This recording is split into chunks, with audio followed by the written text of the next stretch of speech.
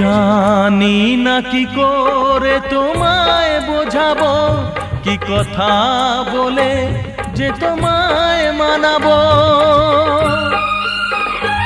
জানি না কি করে তোমায় বোঝাবো, কি কথা বলে যে তোমায় মানাবো।